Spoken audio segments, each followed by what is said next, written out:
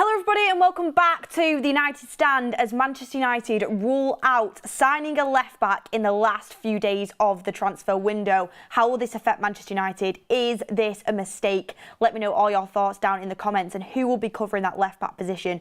We have some details on that, but Manchester United coming from the MAN are ruling out signing a left-back. Will this come back to haunt us? Also some news on Jadon Sancho as it looks like his move is edging closer to Juventus. Is that a deal that Manchester United could get done before the end of the transfer window, and how will this affect us? Will this give us more money to bring in another midfielder? Could we go for another attacker? A little bit of news coming out on Ivan Toney and also potentially re-signing Amrabat as well. Scott McTominay is about to fly to his medical to become a Napoli player.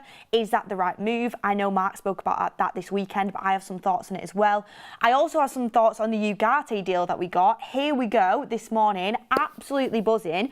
There's so many people that are bad-mouthing this Ugarte signing, and honestly, I understand that everyone has a different opinion, but based on the research I have done, okay, you can never say that a player is going to be 100% a success at Manchester United. Transfers can fail, like we've seen it happen all the time.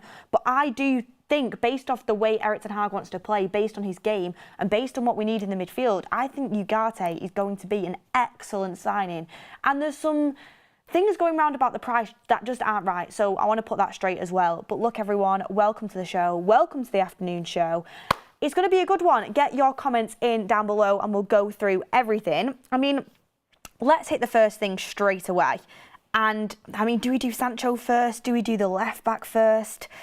I mean, I'm going to talk about the transfer window as a whole as well because I have some thoughts on it. What would you rate the transfer window out of 10? Getting super chats, getting your chats. I'll start off with the Jadon Sancho news because this is quite similar to what we've heard already, but a little bit of new information coming out. So Di Marzio, who is usually very good around Italian transfers, and obviously Juventus is an Italian club, has said that Juventus are pushing to sign Jadon Sancho to replace the outgoing of Chiesa. As we know, Chiesa might be going to Liverpool, but he's leaving Juventus and they want to sign Jadon Sancho to replace him.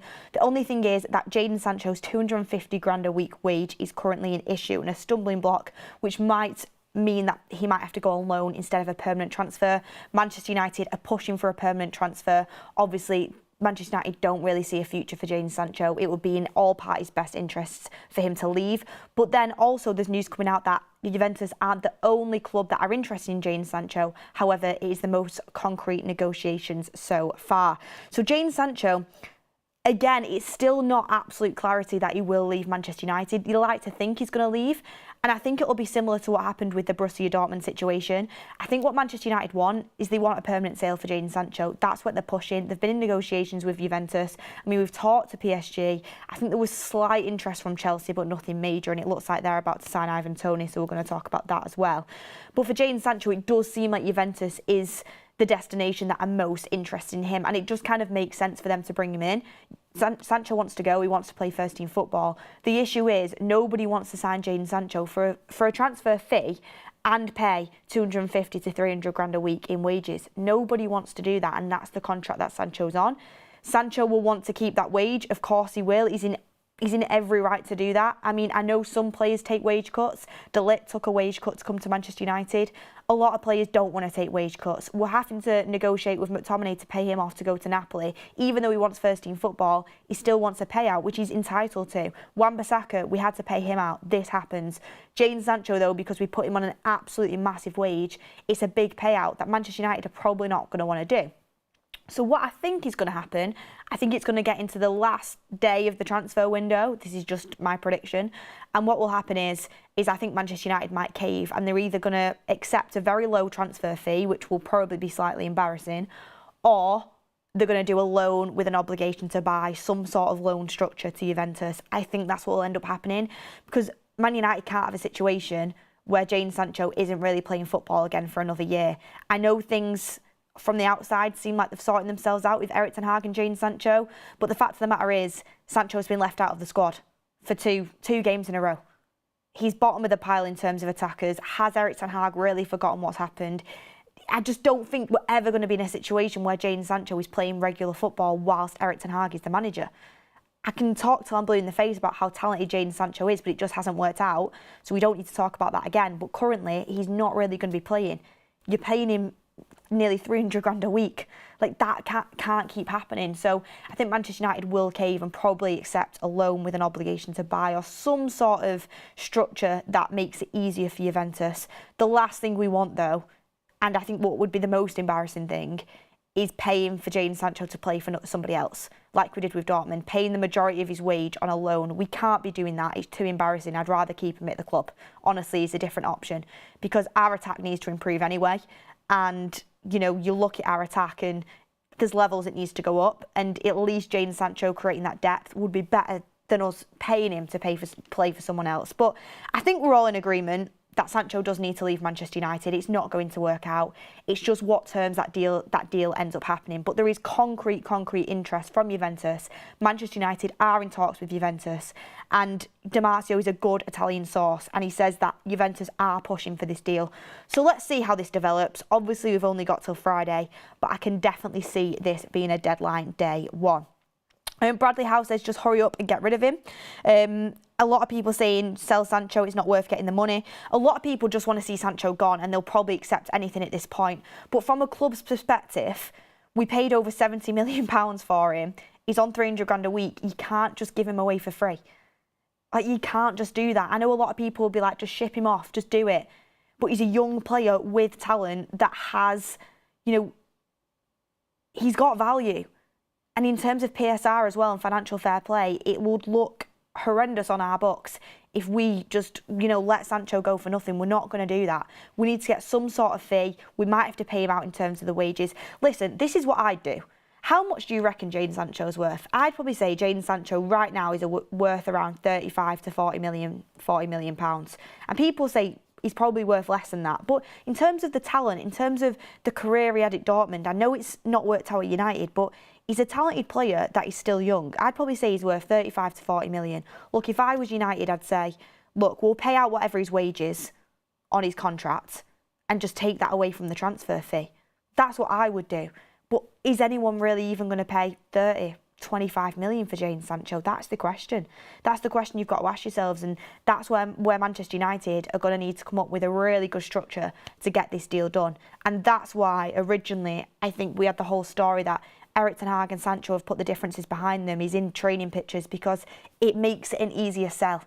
It makes Manchester United look like they're not desperate to sell him.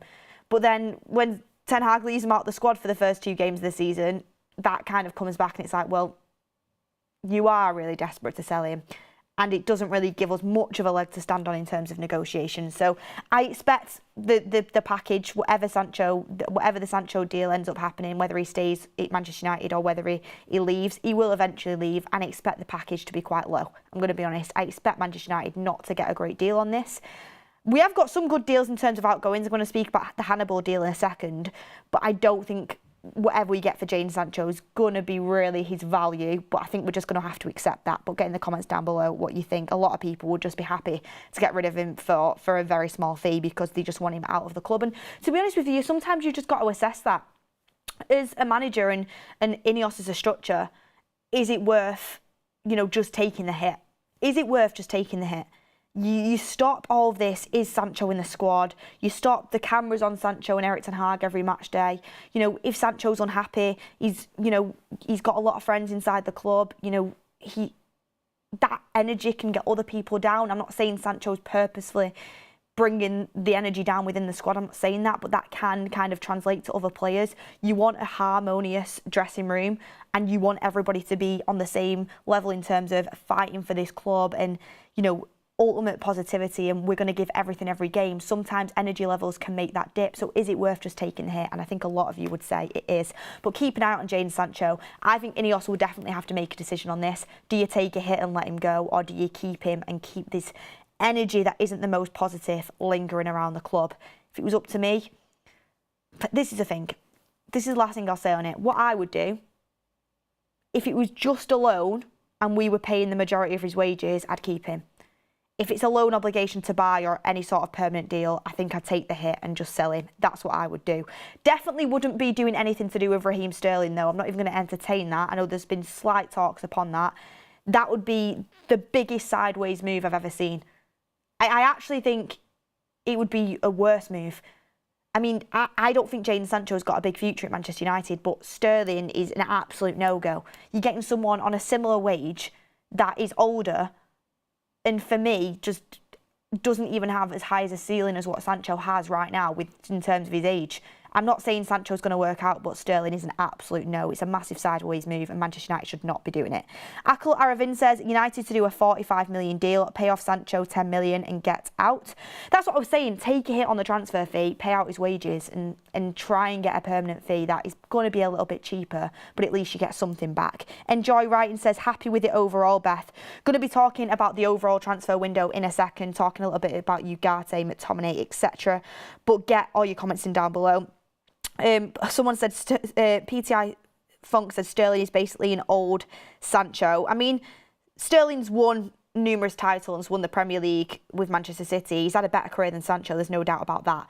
But he should be nowhere near Manchester United at this point in his career. Absolutely nowhere near it. Sprayback Studio says Sterling is on another 75k a week. No way. Exactly. He's on like 300 grand a week, over 300 grand a week. Sterling. It's an absolute no-go. Absolute no-go for me. In terms of another outgoing though, before we speak about a little bit about Scott McTominay and Ugarte, Chris Wheeler actually put this out earlier, and it is that Hannibal is going to Burnley, and we know this. He's expected to make a permanent move to Burnley, Hannibal Mejri in Manchester United.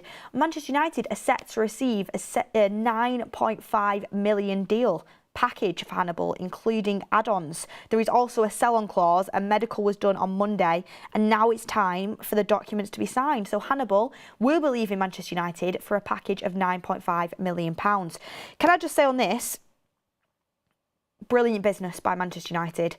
Personally, I liked his attitude. I liked the fact he fought for the badge, but Hannibal was nowhere near United level, in my opinion, and I never thought he was. He was never going to get in with Mount and Bruno there in his position. I think £9.5 million for Hannibal, who had a year left on his deal with the contract expiring, is absolutely excellent business. Wish him the best of luck. That's all I can say on that. But in terms of outgoings, Manchester United have managed to shift quite a bit of the fringe players. And Hannibal was never going to be a first teamer for United. He was barely even a squad player, to be honest with you. No disrespect for him, but I think he'd be good at a team like Burnley, and I wish him all the best. £9.5 million is excellent. Very happy with that. And very happy with the sell-on clauses we're adding into these deals as well. That is lovely to see. PSG, funnily enough, added in a sell-on clause in the Ugarte deal for us. So this is what, you know, clubs are doing nowadays, and I'm glad Manchester United are getting in on that as well. And I don't think we paid... I know we paid a lot for Hannibal, considering his age at the time, but we've not lost money on him. I think we've actually gained a little bit of money. I'd have to double check, but it's a very good deal considering what Hannibal is able to give Manchester United. I remember he had a really good performance against Burnley last season, actually. One of the few games he played for Manchester United, so they must have seen that and thought, you know what, we'll have a bit of that. So thank you, Burnley. £9.5 million, including the add-ons. I think it's about 7 before the add-ons. I think it's a very good deal. Alan Lloyd, a member for 1 month. Sancho out. Maybe look at Coman, who is supposedly being looked at by the Premier League clubs, as we will be short of attacking flair. Talking about Kingsley Coman, he's going to the Saudi Pro League, it looks like, if you look at Fabrizio Romano's latest tweets. Seeing a lot of chats at the moment criticising our overall attacking play, and I've got to be honest with you, I agree with it. Someone just put in Savio looks unreal at City, would have been nice. Our attacking outlet is worrying at the moment for me after our first 2 games. Maybe it's because we've not played a striker, and I think we need to do that going forward. I know in terms of stats, we've created the most chances, apparently, in the league over the last 2 games, but we don't look like scoring barely in a month for Sundays. We need to improve our shot conversions. We do. I know Bruno had quite a few chances against Fulham. I mean, against Brighton, you could have done better in front of goal, but overall, we need to be doing a lot better in front of goal and be sustaining attacks more. And what Ten Hag changes going into the Liverpool game, I mean, that's a discussion for another show probably, but a lot of people will want to change that attacking lineup, and I think this is exactly the right game to do it in. You know, you've just lost 2-1 at Brighton. We haven't been doing enough in the first 2 games. Play the team that you see as your future team through the season. Bring Dillett in. I'd honestly start Ugarte. I would start Ugarte. I'd do it.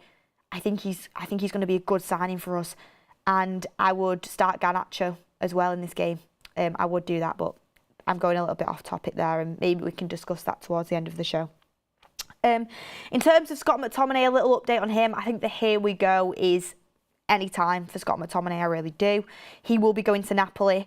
And Ornstein actually put out that Scott McTominay move from Manchester United to Napoli is now down to finalising the personal terms between Manchester United midfielder and Napoli. Not flying yet, but subject to agreement on contract, the Scotland international will travel for medical ahead of the proposed switch. So basically, United, Napoli have agreed the deal, the fee's in place. It's just the personal terms on the contract between Scott McTominay and Napoli that are being ironed out before the medical. Scott McTominay will be a Napoli player before the end of the transfer window unless something dramatically goes wrong. And he will be leaving Manchester United. He's played his last game for Manchester United. I know a lot of people have mixed opinions on this. I will say, I've seen Rio Ferdinand saying that the McTominay deal doesn't sit right with him and it is a gamble to replace him due to his impact and, what it costs to replace him. And I've always said I would have kept McTominay as a squad player. I think a lot of people underestimate how much he can give you off the bench in terms of impact of scoring a goal and in terms of when you're shoring up a game and trying to keep it tight. He offers that physicality. He is physical in the box, he can win headers, and going forward, he's a goal hanger and he can score you a goal. He was never, ever going to be a starter for Manchester United, which is what he wanted. He wanted to be guaranteed minutes, and Ineos are under pressure to sell due to PSR, and, we needed to bring that money in realistically. I was told Erik ten Hag was a big fan of Scott McTominay and, wasn't pushing for him to move and was actually kind of hoping to keep him. He's leaving Manchester United. I'll always remember some of the moments he'd give us in terms of, I always remember that screamer of a goal against City, that goal where he caught Ederson off his line. And he always give everything for the club. That Brentford game last season, that will go down as kind of, a game that no one will ever forget in terms of McTominay. And he could flip a game. However, as a starter, he was never going to be a starter for Manchester United. So it is a little bit of a gamble because you look at Ugarte, who we're bringing in. Ugarte isn't going to score you the goals that McTominay scored, and he's not going to bring that many goals individually the same way that McTominay did. But the reason why I would absolutely take McTominay going to Napoli to bring Ugarte in is because Ugarte fits how we want to be as a team moving forward. He gives better balance to the squad. He is going to be a starter. He adds a different profile to the midfield. He's going to complement Mainu and Bruno, the midfielders that are our future, that are technically good on the ball and need to flourish in order for Manchester United to be a top team again. Manuel Ugarte suits the technical possession-based football that we're trying to do in the transitions and pressing high up the pitch. Scott McTominay was always a very good squad player to have. He knew the club inside out. He would give everything on the pitch and he could offer you something, but he was never going to be a first teamer. Manuel Ugarte, under Erik ten Hag's system, I see him as a first teamer, and I think he will help excel our midfield to the next level in terms of giving us that profile where he gives us energy, he gives us aggression. He's an absolute monster in terms of winning the ball back, high pressing. He has great anticipation of where to be on the pitch. He retains possession really well. He's not a dictating playmaker that's going to, dictate the play from the back, but he's going to complement a Kobbie Mainoo in a pivot where Mainoo can dictate the ball from the back. And Ugarte can go out there and win the ball back and create them counter-attacks for us. I am really excited about Manuel Ugarte. I think he's the way forward for Manchester United. And if shifting Scott McTominay was what we needed to do to allow us to bring Ugarte in, I do think it's the right move, and I do think it is a gamble worth taking. If you look at the data, Ugarte makes sense. And I think that's the approach we're kind of doing as well under Dan Ashworth and stuff like that. I saw something last month, and it was, if you put in the database a midfielder to the midfielder that's going to complement Bruno Fernandes and Mainoo midfield the most, it comes out with Manuel Ugarte in his last season at Sporting Lisbon. And that makes sense because what I heard when I was on tour was that Dan Ashworth and the structure at Ineos really liked the Ugarte signing. It's not really a Ten Hag signing. Obviously, Ten Hag has approved it. He's still got a transfer veto under Ineos. But it's the new structure that really liked this Ugarte signing. And that gives me a lot of hope because I do think Ineos have put some highly competent people in charge. So I'm excited for Ugarte. And Scott McTominay, losing him is a gamble. I think a lot of people underestimating how much we will miss his impact. But if we're playing the way that we want to play, which we haven't really seen yet so far this season in them 2 games, but if we're playing at a higher level, you hopefully won't need that impact of McTominay, and Ugarte will help us play at that level when we have a stable midfield that is, you know, enhancing the likes of Mainu, in likes of Bruno. We are winning possession high up the pitch due to a high press, which Ugarte will be massively involved in. He's a pressing monster. You know, defensively, in terms of his defensive actions and winning the ball back, you can start them counter-attacks to help us be that best transition team that Erik ten Hag wants us to be. He can lay off the balls to the likes of the Mainu and Bruno, who are gonna put our fast-paced wingers and, you know, the like Højlund, who's a fast-paced forward, into play. Xerxes, who is also good at laying off the ball as well. So I think Ugarte is a profile we are desperately missing that is going to help us, and it gives us multiple different midfield options as well. A really tough game away, a really tough game away at Anfield. You could play Ugarte and Casemiro together in midfield. It is monstrous in terms of winning the ball back and them defensive actions. You know, you want to, I would say the usual midfield you'd go with Ugarte in there would be Ugarte, Mainu and Bruno, and I think that they would highly complement each other. I think Mainu and Ugarte will complement each other. Mainu's excellent on the ball, technically sound, can progress the ball.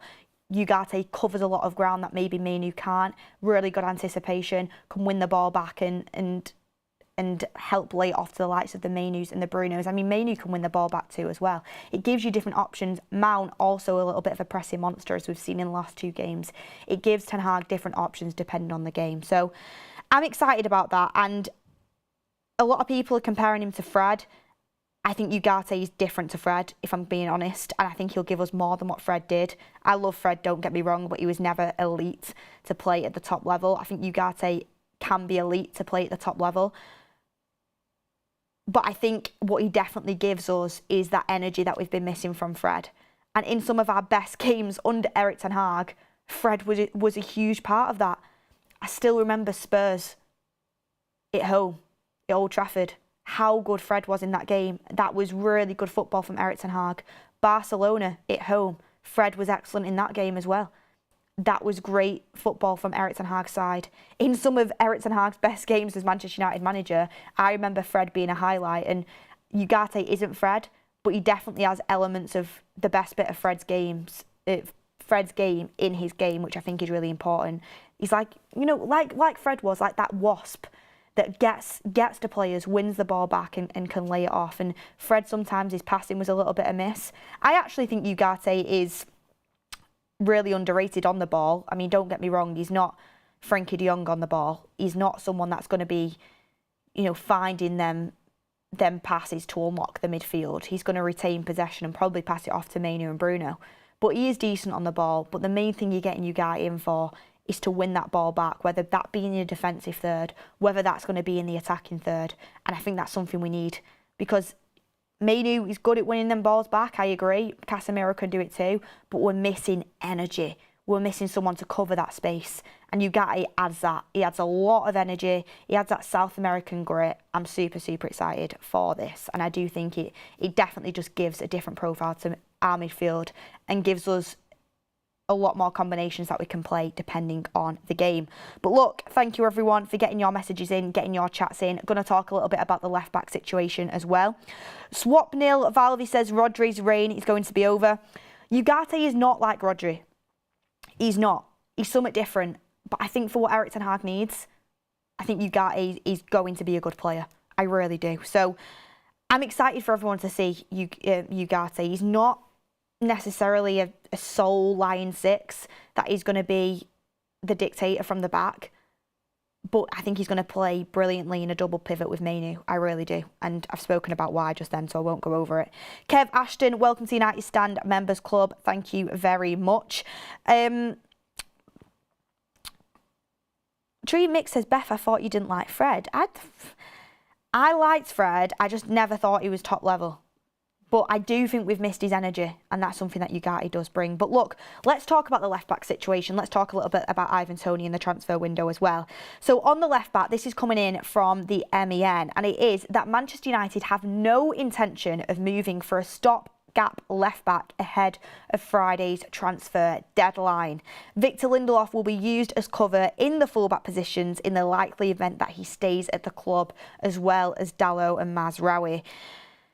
Look, everyone, this could prove to be a costly mistake. The transfer window as a whole, I'm quite happy with. I'll elaborate on that in a second. But Manchester United, according to the MEN, have no intention of moving for a stopgap left-back in the final days of the transfer windows. This worries me, and I've spoken about it on multiple times over the last few weeks. How you can watch Manchester United last season and our severe issues on the left-hand side. I mean, we had severe issues in terms of the fact Martinez was missing for most of the season, which massively impacted us. But we basically have no left-back for a full season. How you can watch that and go into the transfer window and not identify a left-back as a huge priority is mind-blowing for me. It really is. And we were planning to sign a left-back. Fabrizio Romano said it. He said it from February. United will sign a left-back. He said it on multiple shows. You guys were watching. So something must have changed along the way. Whether it was the fact that West Ham came in for Wan-Bissaka and we thought, you know, we could do that deal and get Mazraoui in and he's enough to cover. Maybe it's Malacia's recovery. I don't know what it is, but you cannot trust Malacia and Luke Shaw as a left-back depth across the season. You just can't. Luke Shaw apparently is going to be back after the international break, but how long for? You know, we've already seen that Goldbridge is offering £500 to charity if he can stay fit until Christmas. Like, it's unlikely that he will. Malacia's not played football in over a year, and before that, was he really that great? He had some good performances, but he wasn't anything special in my opinion. Not signing a left-back for me, we've dropped the ball there. We really have dropped the ball. And I know we've done wonders in other areas of the transfer window. I know we've addressed some really key positions, but not getting a left back for me is a mistake. And we can't hide behind their excuse. We can't hide behind an excuse for this because everyone in that club knows the crisis we had at left back last season. And whoever's made that decision, or if they've unanimously made the decision to not sign a left back this summer, that is on the club. They had ample opportunity to do so and they've chosen not to. So if we're looking, you know, at Christmas saying, God, I can't believe we didn't sign a left back. You know, Ten Hag's not had a left back all season. I know we've had Dalot to cover there. I know we've potentially had Mazraoui to cover there. But we really could have done with a left-footed left back. There'll be nothing to hide behind because the red flags were there, the warning signs were there. And for me, I think it's a mistake. People talk about Harry Armas, brilliant talent. I don't think he's ready to be thrown in the deep end and play left back for Manchester United over numerous games this season. Let's hope he can. But I think next season's the season for Harry Armas. I think there's more development to be done, but it's top talent that definitely has the potential to make it in Manchester United in the future. And in terms of Mazraoui, he can definitely play there. He can definitely play there. He played there for Morocco in their brilliant run in the World Cup, and he can play there. He's played there across his career. What happens if there's an injury? You know, Dalot's been super consistent and managed to stay fit really well over the last couple of seasons. But what, God forbid, there is an injury. We're only an injury or two away from being in trouble. I don't want to see Lindelof playing at left back this season. I don't want there to be any world where I'm seeing Lindelof play at left back. Mazraoui playing at left back, yeah, I know he can play there. Dalot playing at left back, I know he can do it. Would I rather have a left-footed left-back play there? Yes. But I know Dalot and Mazraoui can do it. That's acceptable. Lindelof playing there, it's a no. So for me, I'm hoping we stay injury-free and we manage to get through this season. But not signing a left-back is a risk and could be a mistake. What I'm hoping for is Luke Shaw comes back and he stays fit. But that's like wishing on a miracle, really. So let's see what happens with this. But I think it could end up being a mistake not signing a left-back. Yeah, a lot of people saying Amas might not be ready yet. Exactly, and you don't want to throw in a player that's young and damage their confidence if things don't go right. You want to slowly ease them in and build up their confidence. Of course, Amas will want to play in the first team, you know, and he's knocking on that door, and there is a lot of potential. but you want to slowly ease him into that role and have a senior left back there to help him do so. We don't have a senior left back that's fit. We just don't. Out and out left back. Mazraoui's best position is right back. Dallow's best position is right back. They can play there, but it's not their best position. So that is something that Manchester United have... I don't understand how they've not addressed that personally for me. But let's see what happens over the course of the season. A lot of people, you know, as well were saying, you know, you need a left-footed left back there to help out Rashford. I agree. You know, left-footed crosses. I will say Dallow put in a brilliant cross that Ahmad should have finished against Brighton, I've got to say. So hopefully you can see more of that, but still, it's not enough for me. You want a left footer there playing left back, ideally. But let's see how we go throughout the season. And then in terms of, a lot of people are asking what I think of the transfer window as a whole, and I will talk about that. In terms of, I just want to quickly touch on the Ugarte deal a little bit more, because I know Mark did do the Here We Go video this morning, so I won't say too much. You guys know how much I think this is going to be a good signing, how much I like it. I know there's a lot of mixed reviews on it. There's a lot of people that don't like this signing, think it's a poor signing, think we've overpaid. Everyone's entitled to their own opinion. I'm really happy with the Ugarte signing personally. There is signings that Manchester United have made this summer that I'm a little bit... I do have a couple of question marks over, but I'm choosing to be positive about them because that's what I like to do. Ugarte, for me, is a signing I'm quite confident in and quite happy with, to be honest with you. And there's a lot of talk around the fee that we've paid for him. And this is something I just wanted to clear up because I keep seeing this everywhere. I keep seeing PSG wanted 60 million euros for Ugarte, and that's what Manchester United have paid, 60 million euros. They were in a race, you know, someone said on Twitter, they were in a race with themselves for the player and they still paid what PSG wanted, etc., etc., after negotiating all summer. And I just wanted to get it straight what actually happened with this Ugarte deal and what actually is the fee we're paying and why I think this is actually a good negotiation from Ineos and why I think it's a good deal. PSG originally wanted 70 million euros for Ugarte from Manchester United. That's what they originally wanted when Manchester United first knocked on the door. Then, with a bit more negotiation, they then wanted a 60 million euros fixed fee for Ugarte. And this is what everyone seems to think that we've paid for him. We've not, by the way. The deal eventually, now he's flying in for his medical, has been complete. Let me be able to speak. Let me be able to speak on this. Sometimes when I get frustrated, you know, trip over my words. So they wanted a 60 million euro fixed fee for Ugarte. That's what they wanted. Now the deal has been completed and Ugarte is flying in for his medical. The deal has been completed for a 50 million euro fixed fee, 10 million euros less than what PSG were pushing for. However, we have agreed to 10 million euros in add-ons, but the fixed fee as of now for Ugarte is 50 million euros, which if you convert that into pounds is around 42 million pounds. That is less money than what PSG originally wanted by quite a sum, to be honest with you. That is a good deal. 42 million pounds for Ugarte, I think is a good deal. I was always saying around the 40 million pound mark.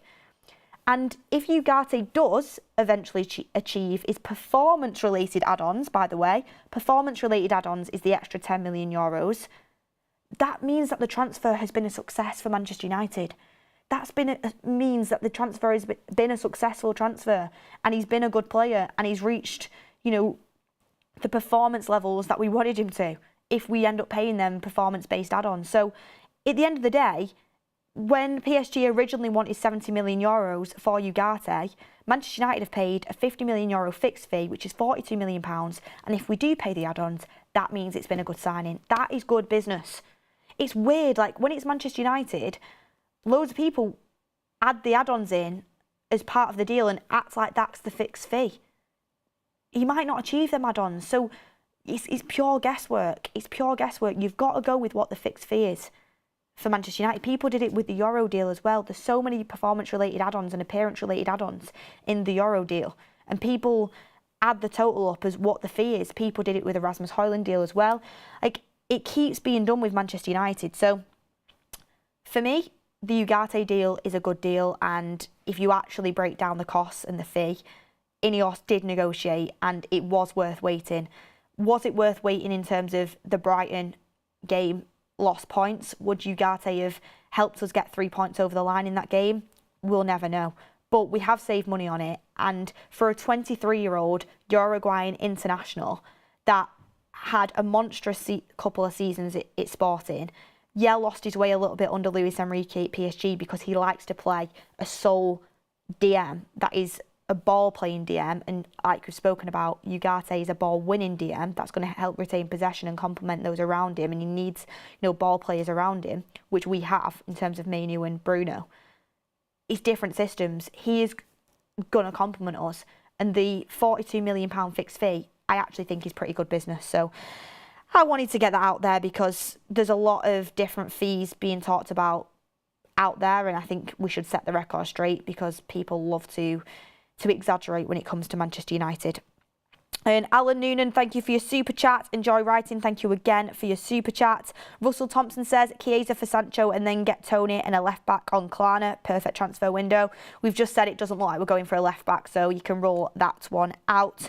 And in terms of Chiesa for Sancho, my brother was speaking to me about this morning actually, and he was saying he thought we should have signed Chiesa is a cheap option. He doesn't think our attack's good enough and he thinks he would have added a little bit of depth.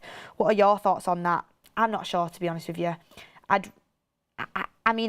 want Sancho to go to Juventus, but Chiesa in, again, is it a sideways move? Would it add depth? It probably would add a little bit of depth, actually, for us. And, in terms of going forward, we need more. We definitely need more. Enjoy Writing says, you may well be right, Beth. I'm okay with a centre-back. Thank you very much for that. Lyndon Quality said, Fred had top-level performances but no consistency. Exactly. He performed excellently well in some of Manchester United's top games, Fred did. So I will always put respect on his name in terms of Fred. But, yeah, good to move on at the time. He scored a hat-trick the other day, and hopefully Ugarte will inject that energy that we need into our midfield that left when Fred did leave as well.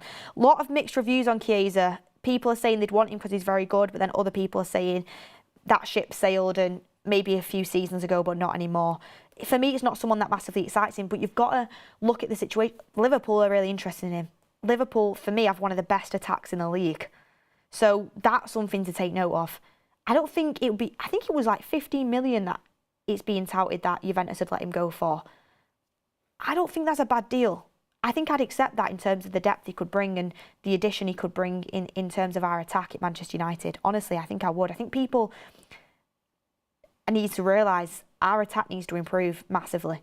And, we do need some help in that area. Eric's nephew says, I can't believe we're not in for a top goal scorer. Well, I'm going to talk about that in a second because I'll talk about it now, actually. That's what I wanted to move on to next. So it is coming out, and people will say, Beth, you're obsessed with Ivan Toney. Beth, why are you talking about Chelsea on the United stand? I'll get onto that in a second, but what has come out is, by the way, I'm not obsessed with Ivan Toney. What I was obsessed with is us having a guaranteed goal scorer this season. But anyway, it's coming out from Sky that Chelsea have made a move to sign Ivan Toney from Brentford. They want a proven goal scorer to be their new number 9. He will fit into their wage structure and the transfer fee will be reasonable. Toney has an incredible offer from Saudi, but Chelsea can offer him Premier League football. Right. It looks like, by the way, that Ivan Toney is going to leave Brentford for around 35 to 40 million pounds. That's an absolute steal. An absolute steal. Chelsea might well get him. If not, he's going to go to the Saudi Pro League. Let's see what happens. If Chelsea get him, I think that will be an excellent signing for them. People ask me how I rate the transfer window. This is what I had to say on it. And, there's been some really good points of the transfer window, but I wouldn't call it a perfect transfer window anyway. So the United stand put out, what would you rate Manchester United's transfer window out of 10? And now, get in the comments down below what you would rate out of 10. I'd be interested to hear your point of view, why you think this. But what I said is I would rate Manchester United's transfer window so far, it's not over yet, out of 10, a 7 out of 10 for me. And the reason why I'd give it a 7 out of 10 is I'm very happy with the amount of positions we've been able to address. I'm also very happy with the amount of fringe players we've been able to shift. Some for good fees and we've added some nice little sell-on clauses in there.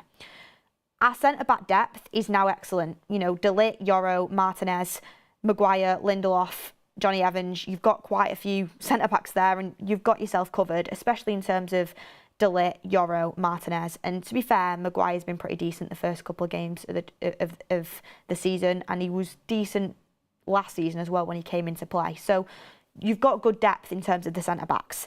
We didn't end up getting that left-footed centre-back that we wanted, but centre-backs overall, very good depth there. That hopefully should last us through the season. I also think we've brought in some really exciting young talent with high ceilings. You know, Xerxes, exciting young talent. Yoro, very exciting young talent. You've already got, I mean, these are players we've already got, but you've already got Ahmad, Højlund, Garnacho, Menu, young talent that's going to progress. So it's looking promising for the future. But the reason I've given it a 7 is because I do think not getting a left back will be costly for us. I hope I'm wrong. I think we've not taken that position as seriously as we should have, considering how it affected us last year. And I think not getting a left back is the wrong decision. I hope it doesn't cost us, but I have a feeling it might. I also, personally, my personal preference is I think we should have gone and bought a proven goal scorer that was guaranteed to score Manchester United goals, such as an Ivan Toney.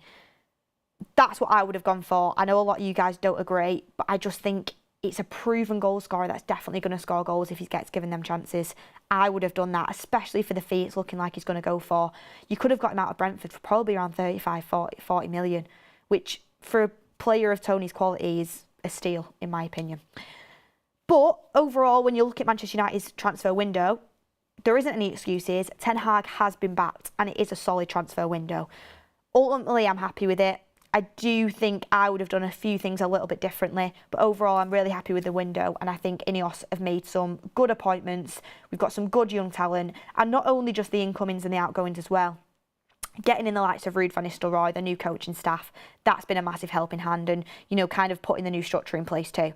So I'm quite happy with it. I do think we still need to address the Sancho outgoing. Would have been nice to get Eriksen and Lindelof shifted, but that looks like it's very unlikely now. But overall, it's been a decent transfer window. What do you guys think of it? I mean, if Tony does go to Chelsea and rip it up, I'm going to be sat here saying, you know, we did miss out on a proven goal scorer.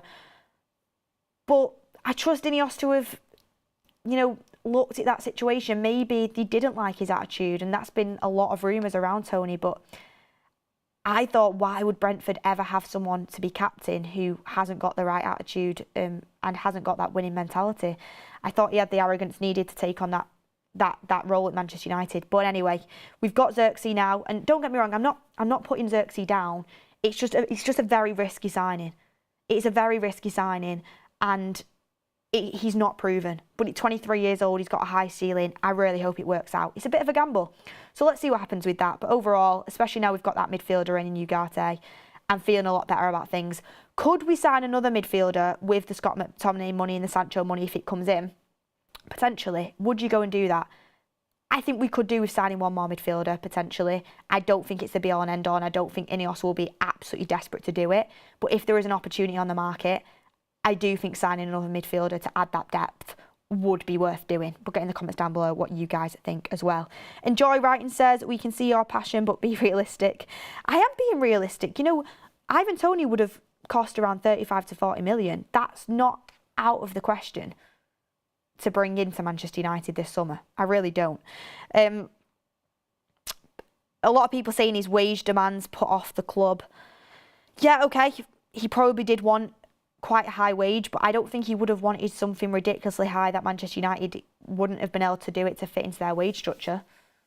I don't think so. I think, you know, with what Manchester United could have offered, I don't think it was like he was sat there demanding 250 to 300 grand a week. I know Saudi are going to put a very good offer on the table, but in terms of offering Premier League and European football, I think we could have got Ivan Toney on probably a substantial wage, but I think we could have done that deal. I do. But we've not, and it doesn't look like we're going to do it. And we've signed Xerxes now, so you want to get behind Xerxes.